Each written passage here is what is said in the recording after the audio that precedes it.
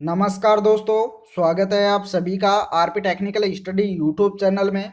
तो दोस्तों, अपन आज से स्टार्ट कर रहे हैं इलेक्ट्रिशियन थ्योरी का महत्वपूर्ण ऑनलाइन टेस्ट सीरीज। क्या स्टार्ट कर रहे हैं? महत्वपूर्ण ऑनलाइन टेस्ट सीरीज। तो इसमें बहुत ही इंपॉर्टेंट इंपॉर्टेंट क्वेश्चन है। तो सभी फटाफट से वीडियो को लाइक कर दीजिए और अपने दोस्तों को भी शेयर कर दीजिए। जिस दोस्त ने भी चैनल को सब्सक्राइब नहीं किया वो दोस्त सब्सक्राइब भी कर लीजिए, साथ में ऑल नोटिफिकेशन बेल को भी ऑन कर लीजिए।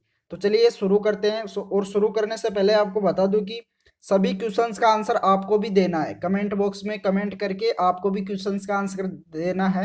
तो चलिए, हमारा पहला क्वेश्चन है, डीसी मोटर के आर्मेचर पर स्लोटे होती है। ऑप्शन ए दे रखा है टेढ़ी, बी दे रखा है उल्टी, सी दे रखा है सीधी, डी दे रखा है इनमें से कोई नहीं। तो डीसी मोटर के आर्मेचर पर स्लोटे कैसी होती है? चलिए बताइए कमेंट करके क्या होगा इसका करेक्ट आंसर। बहुत ही इंपॉर्टेंट क्वेश्चन है, फटाफट बताओ इसका राइट आंसर क्या होगा। जल्दी जल्दी कमेंट करके बताइए। तो दोस्तों, इसका करेक्ट आंसर हो जाएगा टेढ़ी। कैसी होती है? टेढ़ी। राइट आंसर क्या हो जाएगा? टेढ़ी। अगला क्वेश्चन दे रखा है, ब्रश स्थापित किए जाते हैं। ब्रश कहाँ स्थापित किए जाते हैं? ऑप्शन दे रखा है ज्यामितीय उदासीन अक्ष के लंबवत, चुंबकीय उदासीन अक्ष के लंबवत, जी एन ई में या एम एन ई में। तो कहाँ स्थापित किए जाते हैं ब्रश? बहुत ही इंपॉर्टेंट क्वेश्चन है, जल्दी से बताइए इसका करेक्ट आंसर क्या होगा। जल्दी से जल्दी बताओ क्या होगा। तो दोस्तों, इसका करेक्ट आंसर हो जाएगा एम एन ई पर। कहाँ किया जाता है? एम एन ए पर। करेक्ट आंसर हो जाएगा ऑप्शन डी। अगला क्वेश्चन अगला क्वेश्चन दे रखा है, वे पदार्थ जिनके चुंबकशीलता निर्वात से भी कम होती है वे क्या कहलाते हैं? वे पदार्थ जिनकी चुंबकशीलता निर्वात से भी कम होती है वे क्या कहलाते हैं? ऑप्शन दे रखा है लो चुंबकीय पदार्थ, प्रति चुंबकीय पदार्थ, अनुचुंबकीय पदार्थ या उपरोक्त सभी। तो क्या कहलाते हैं? इंपॉर्टेंट क्वेश्चन है, जल्दी बताओ इसका राइट आंसर क्या होगा। तो दोस्तों, इसका करेक्ट आंसर हो जाएगा प्रति चुंबकीय पदार्थ। वे चुंबकीय पदार्थ क्या कहलाते हैं? प्रति चुंबकीय पदार्थ। अगला क्वेश्चन दोस्तों, क्वेश्चन नंबर 4 दे रखा है, विशिष्ट प्रतिरोध का मात्रक क्या होता है? ओम, ओम मीटर, महो या एम्पियर। तो क्या होता है विशिष्ट प्रतिरोध का मात्रक? चलिए बताइए क्या होगा इसका करेक्ट आंसर। बहुत इंपॉर्टेंट क्वेश्चन है। तो दोस्तों, इसका करेक्ट आंसर हो जाएगा ओम मीटर। करेक्ट आंसर क्या होगा? ओम मीटर। अगला क्वेश्चन क्वेश्चन नंबर 5, किस तत्व का परमाणु भार सबसे कम होता है? कौन सा तत्व है जिसका परमाणु भार सबसे कम होता है? ऑक्सीजन, कार्बन, नाइट्रोजन या हाइड्रोजन। तो किसका सबसे कम होता है परमाणु भार? राइट आंसर हो जाएगा हाइड्रोजन। करेक्ट आंसर क्या होगा? हाइड्रोजन। अगला क्वेश्चन दे रखा है, चालकता किसके विलोमानुपाती होती है? चालकता होती है वह किसके विलोमानुपाती होती है? रेजिस्टेंस, इंडक्टेंस, कैपेसिटेंस या इनमें से कोई नहीं। तो चालकता किसके विलोमानुपाती होता है? चलो बताओ क्या होगा।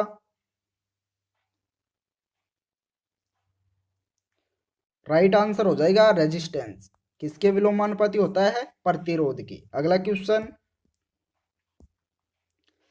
नंबर 7 दे रखा है, आर्क वेल्डिंग ट्रांसफार्मर की आउटपुट होती है कैसी होती है? निम्न वोल्टेज उच्च धारा, उच्च वोल्टेज निम्न धारा, निम्न वोल्टेज निम्न धारा, उच्च वोल्टेज उच्च धारा।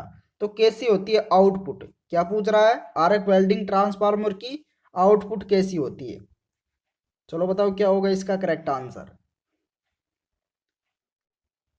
तो दोस्तों, इसका करेक्ट आंसर हो जाएगा निम्न वोल्टेज उच्च धारा होती है। आउटपुट कैसी होती है? निम्न वोल्टेज और उच्च धारा। अगला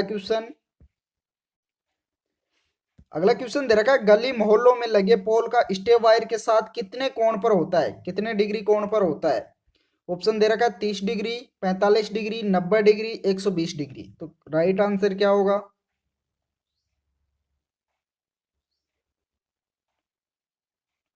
तो दोस्तों, इसका करेक्ट आंसर हो जाएगा 45 डिग्री। करेक्ट आंसर क्या होगा? 45 डिग्री।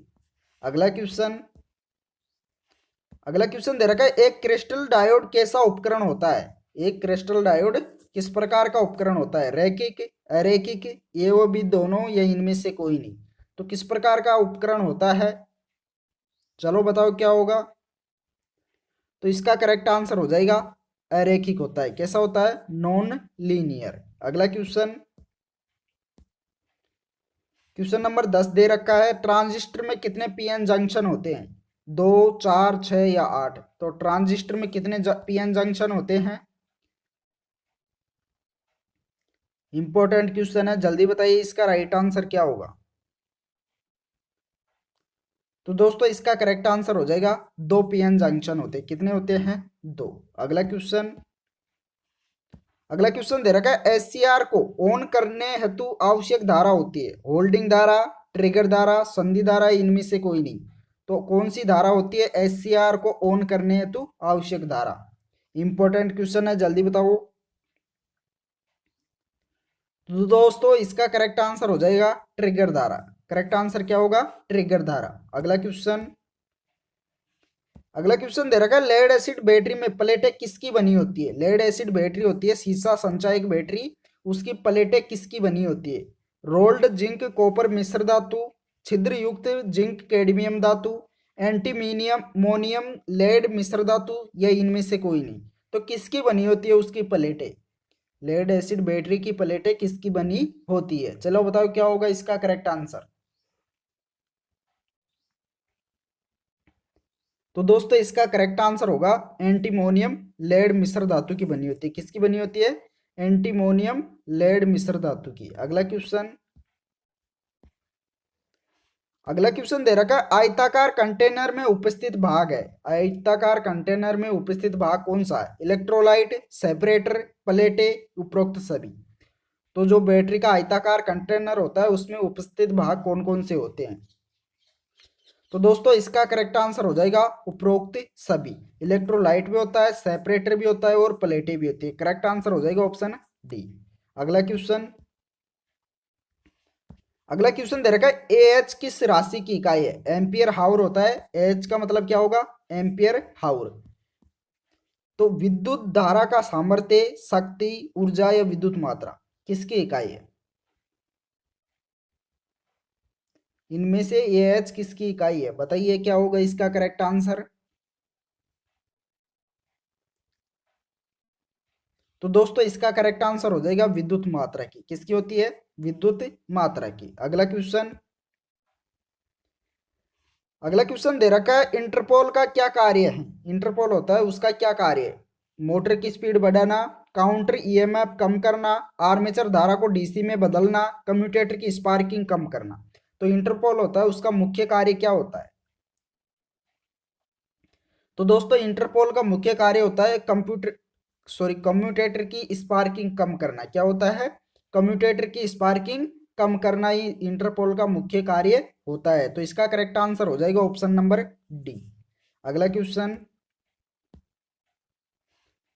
अगला क्वेश्चन दे रखा है, सर्विस कनेक्शन में एरियल फ्यूज लगाने का प्राथमिक उद्देश्य क्या है? एरियल फ्यूज होता है उसे लगाने का सर्विस कनेक्शन में मुख्य कारण क्या होता है? प्राथमिक उद्देश्य क्या होता है? ऑप्शन ए दे रखा है, डिस्ट्रीब्यूटर की सुरक्षा करना, सर्विस लाइन को बचाना, डिस्ट्रीब्यूशन बोर्ड की सुरक्षा के लिए, या ऊर्जा मीटर की सुरक्षा के लिए। तो एरियल फ्यूज लगाने का प्राथमिक उद्देश्य क्या होता है? राइट आंसर हो जाएगा सर्विस लाइन को बचाना। इसका मुख्य कार्य क्या होता है? सर्विस लाइन को बचाना। करेक्ट आंसर होगा ऑप्शन बी। अगला क्वेश्चन, अगला क्वेश्चन दे रखा है, मेगर की घूर्णन क्षमता कितनी होती है? मेगर होता है उसकी घूर्णन क्षमता कितनी होती है? घूमने की क्षमता कितनी होती है? 80 आरपीएम, 100 आरपीएम, 120 आरपीएम, 160 आरपीएम या 180 आरपीएम? तो कितनी होती है?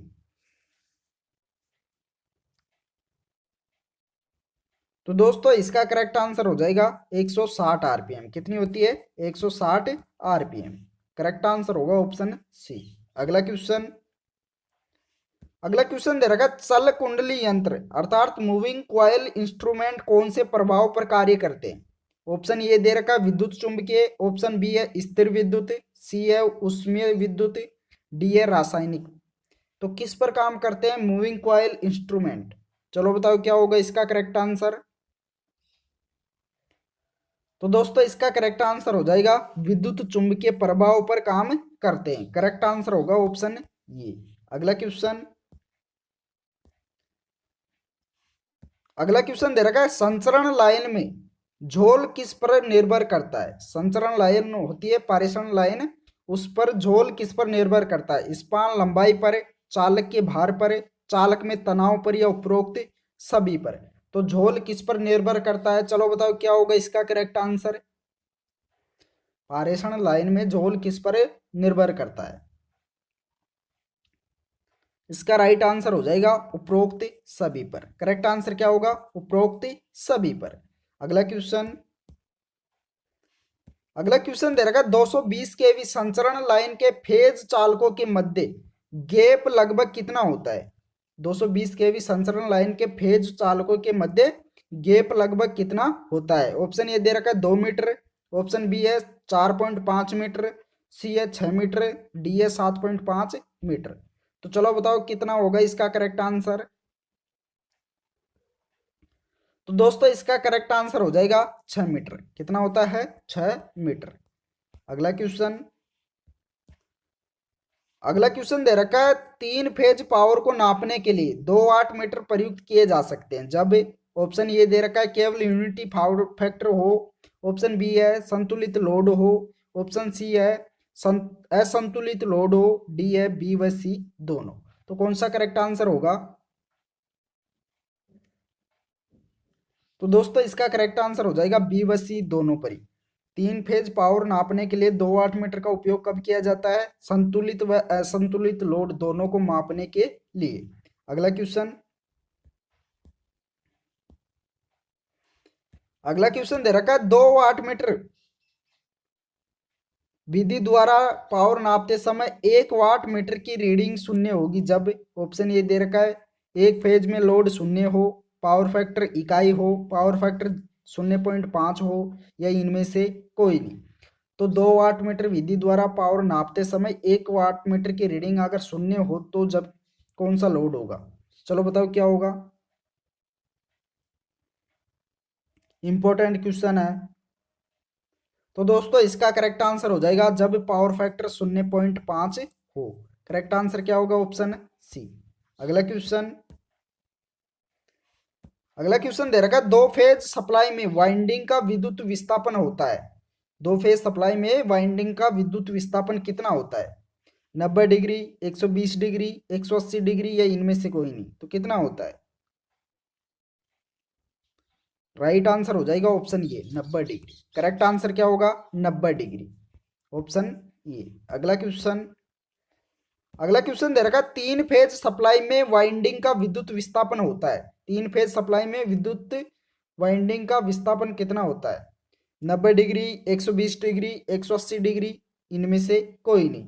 तो अब क्या पूछ रहा है, 3 फेज के लिए। इससे पहले वाला क्वेश्चन क्या था, 2 फेज के लिए। चलो बताओ क्या होगा। 2 फेज के लिए तो कितना था, 90 डिग्री। तो अब पूछ रहा है 3 फेज के लिए। तो चलो बताओ 3 फेज के लिए कितनी होती है विद्युत विस्थापन। तो दोस्तों इसका करेक्ट आंसर हो जाएगा option B 120 degree. Correct answer क्या होगा, 120 डिग्री। अगला क्वेश्चन, अगला क्वेश्चन दे रखा है स्टार कनेक्टेड 3 फेज परिपथ में होता है। 3 फेज परिपथ में क्या होता है, स्टार संयोजित में। ऑप्शन ये दे रखा है लाइन वोल्टेज बराबर √3 फेज वोल्टेज, लाइन धारा बराबर फेज धारा, न्यूट्रल तार में धारा बराबर 0, या उपरोक्त सभी। तो कौन सा करेक्ट आंसर होगा। तो दोस्तों स्टार कनेक्टेड में लाइन वोल्टेज बराबर √3 फेज वोल्टेज भी होता है, लाइन धारा बराबर फेज धारा भी होता है, न्यूट्रल तार में धारा बराबर 0 भी होता है। तो इसका करेक्ट आंसर क्या हो जाएगा, उपरोक्त सभी, ऑप्शन डी इसका करेक्ट आंसर होगा। अगला क्वेश्चन, अगला क्वेश्चन दे रखा है डेल्टा कनेक्शन में 3 फेज, यहाँ फेज मिसप्रिंट है, 3 फेज परिपथ में होता है, क्या होता है, लाइन वोल्टेज बराबर लाइन धारा बराबर √3 फेज धारा, ऑप्शन सी दे रखा है न्यूट्रल तार में धारा 0, या उपरोक्त सभी। तो डेल्टा कनेक्शन में 3 फेज परिपथ में क्या होता है, इंपॉर्टेंट क्वेश्चन है।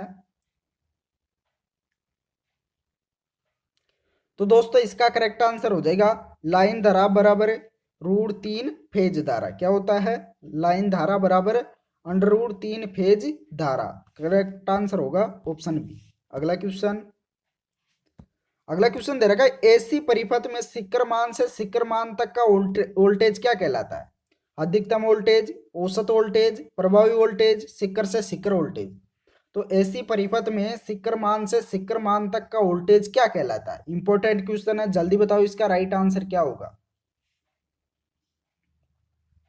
फटाफट से बताइए क्या होगा। तो दोस्तों इसका करेक्ट आंसर हो जाएगा शिखर से शिखर वोल्टेज। इसका करेक्ट आंसर क्या होगा? शिखर से शिखर वोल्टेज। दोस्तों अगला क्वेश्चन है, अगला क्वेश्चन दे रखा है विद्युत प्रणाली में सक्रिय शक्ति किस पर निर्भर करती है? सक्रिय शक्ति अर्थात एक्टिव पावर किस पर निर्भर करती है? ऑप्शन दे रखा है आभासी शक्ति, प्रभावी शक्ति, सॉरी प्रभावी मान, पावर फैक्ट्री या उपरोक्त सभी। तो इसका करेक्ट आंसर कौन सा होगा? विद्युत प्रणाली में एक्टिव पावर किस पर निर्भर करता है? इंपॉर्टेंट क्वेश्चन है।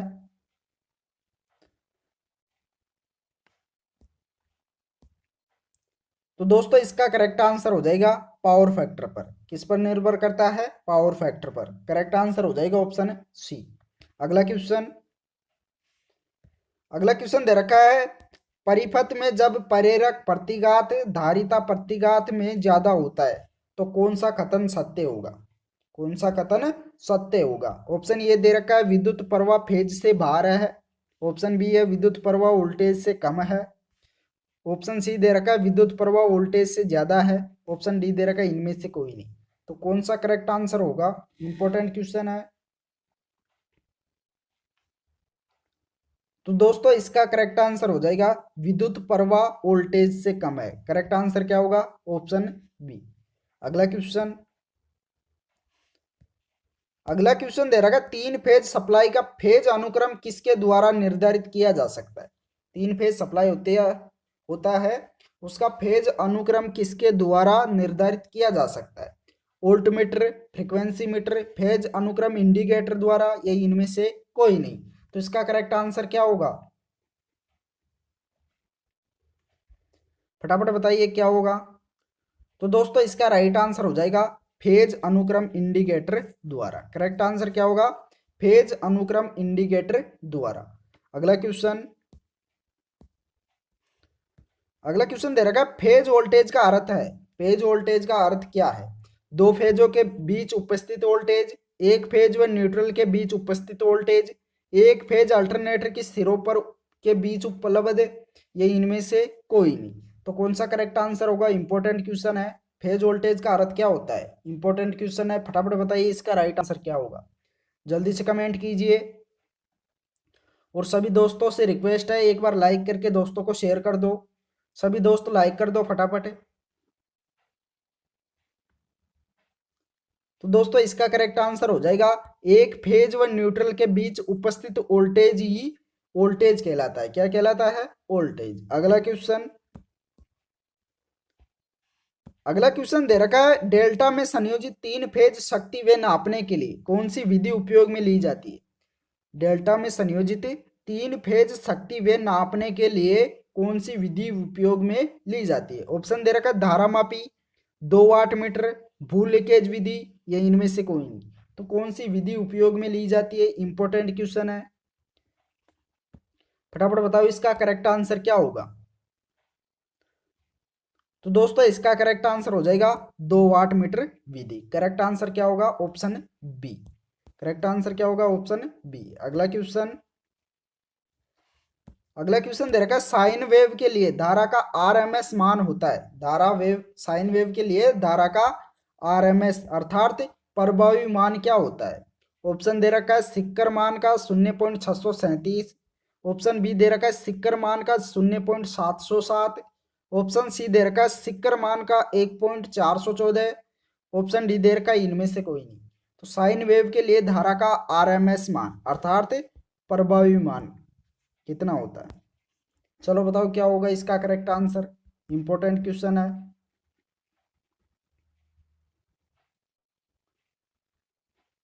तो दोस्तों इसका करेक्ट आंसर हो जाएगा शिखर मान का 0.707 होता है। कितना होता है?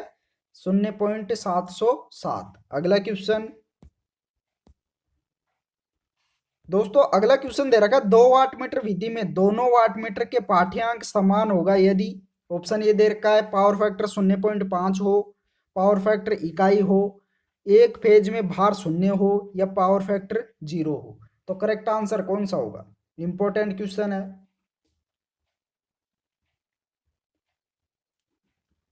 तो दोस्तों 2 वाट मीटर विधि में दोनों वाट मीटर का पाठ्यांक समान होगा तो पावर फैक्टर क्या होगा? इकाई। करेक्ट आंसर क्या होगा? Option B.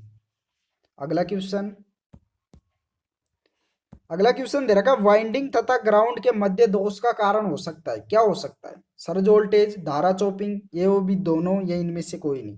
तो वाइंडिंग तथा ग्राउंड के मध्य दोष का कारण क्या हो सकता है? इंपॉर्टेंट क्वेश्चन है, जल्दी से बताइए।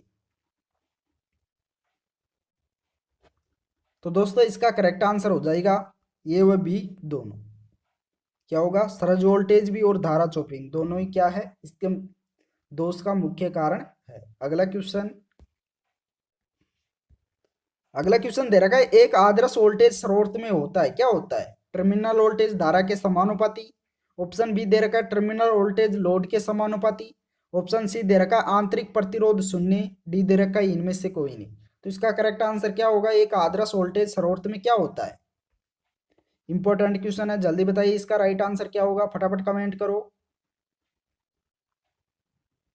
तो दोस्तों इसका करेक्ट आंसर हो जाएगा आंतरिक प्रतिरोध 0 होता है। क्या होता है? इंटरनल रेजिस्टेंस 0 होता है। अगला क्वेश्चन दे रखा है 3 फेज सप्लाई लाइन दर्शाने के लिए किन अक्षरों का उपयोग किया जाता है? 3 फेज सप्लाई लाइन दर्शाने के लिए किन अक्षरों का उपयोग किया जा सकता है अर्थात किया जाता है? RYB, XYZ, LNE या इनमें से कोई नहीं। करेक्ट आंसर क्या होगा? तो दोस्तों इसका करेक्ट आंसर हो जाएगा RYB, रेड येलो ब्लू। क्या होगा? Red yellow blue. Right answer होगा ऑप्शन ये।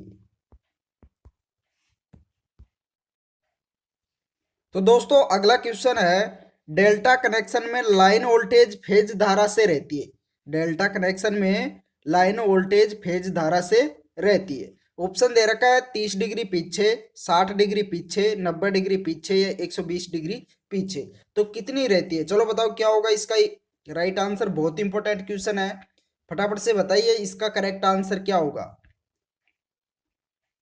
जल्दी से कमेंट करो क्या होगा इसका करेक्ट आंसर। तो दोस्तों इसका करेक्ट आंसर हो जाएगा 30 डिग्री पीछे रहती है। क्या रहती है? 30 डिग्री पीछे रहती है। अगला क्वेश्चन दोस्तों, अगला क्वेश्चन दे रखा है वोल्टेज के सापेक्ष इंडक्टिव परिपथ में धारा होती है। वोल्टेज के सापेक्ष इंडक्टिव परिपथ में धारा होती है। ऑप्शन दे रखा है फेज में, लैगिंग में, लीडिंग में या इनमें से कोई नहीं। तो चलो बताओ क्या होगा इसका करेक्ट आंसर। वोल्टेज के सापेक्ष इंडक्टिव परिपथ में धारा कैसी होती है? तो दोस्तों इसका करेक्ट आंसर हो जाएगा ऑप्शन बी, लैगिंग में होती है। अगला क्वेश्चन अगला क्वेश्चन दे रखा है किसी शुद्ध प्रतिरोधी परिपथ का पावर फैक्टर होता है। किसी भी शुद्ध प्रतिरोधी परिपथ का पावर फैक्टर होता है। ऑप्शन दे रखा है 0.9, 0.95, 1 या अनंत। तो क्या होता है इसका करेक्ट आंसर बताइए क्या होगा? पावर फैक्टर कितना होता है शुद्ध प्रतिरोधी परिपथ में?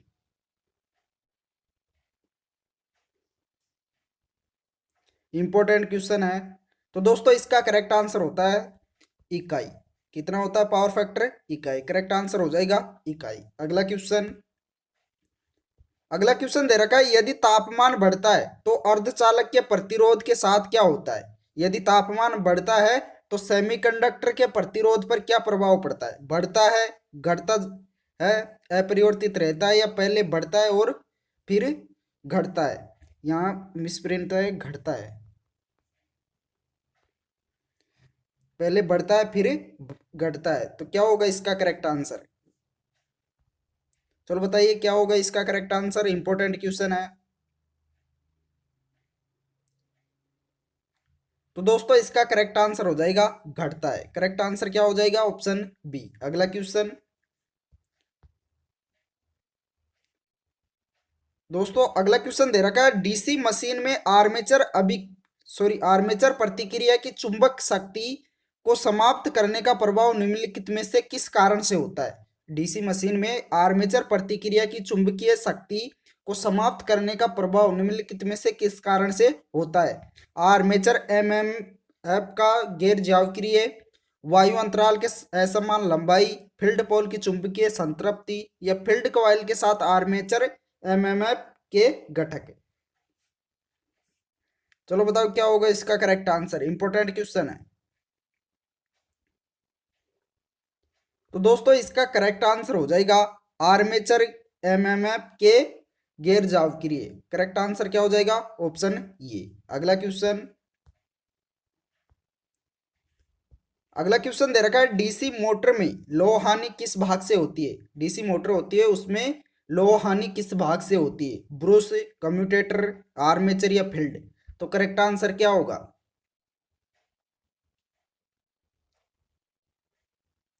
तो दोस्तों इसका करेक्ट आंसर हो जाएगा लोह हानि होती है आर्मेचर में। करेक्ट आंसर क्या होगा? Option C. अगला क्वेश्चन दे रखा है निम्नलिखित में से क्या निकल कैडमियम सेल का एक लाभ है? निकल कैडमियम सेल का लाभ क्या है? उच्च आंतरिक प्रतिरोध, यह इलेक्ट्रोलाइट एसिड नहीं होता है, सेल्फ डिस्चार्जिंग कम हो जाती है, इसे दूसरे सेलों से अधिक आम होता है, यह दूसरे सेलों से अधिक आम होता है। तो इसका करेक्ट आंसर कौन सा होगा? इंपॉर्टेंट क्वेश्चन है, जल्दी बताइए इसका करेक्ट आंसर क्या होगा। तो दोस्तों इसका करेक्ट आंसर हो जाएगा यह इलेक्ट्रोलाइट एसिड नहीं होता है। ये क्या होता है? इलेक्ट्रोलाइट एसिड नहीं होता है। अगला क्वेश्चन दे रखा है इंचिंग ऑपरेशन का दूसरा नाम क्या है? यह मिसप्रिंट है। दूसरा नाम क्या है? इंचिंग ऑपरेशन होता है उसका दूसरा नाम क्या होता है? उसे दूसरे अन्य नाम से किस नाम से जाना जाता है? जॉगिंग, स्टार्टिंग, ब्रेकिंग या स्टॉपिंग? तो किस नाम से जाना जाता है? काफी इंपॉर्टेंट क्वेश्चन है, बार बार एग्जामों में पूछा जाता है इसी प्रकार का क्वेश्चन। तो जल्दी से बताइए इसका करेक्ट आंसर क्या होगा। इंचिंग ऑपरेशन का दूसरा नाम क्या है? जल्दी से बताइए कमेंट करके। तो दोस्तों इसका करेक्ट आंसर हो जाएगा जॉगिंग। करेक्ट आंसर क्या होगा? जॉगिंग। अगला क्वेश्चन दोस्तों, अगला क्वेश्चन है निम्नलिखित में से कौन सा उपकरण एसी शक्ति को डीसी शक्ति में बदल सकता है? इनमें से कौन सा उपकरण है जो एसी शक्ति को अर्थात अल्टरनेटिंग करंट को डायरेक्ट करंट में बदल सकता है? कौन सा है? ऑप्शन दे रखा है जनरेटर, ट्रांसफार्मर, रेक्टिफायर या अल्टरनेटर? कौन सा है? इंपॉर्टेंट क्वेश्चन है, जल्दी बताइए।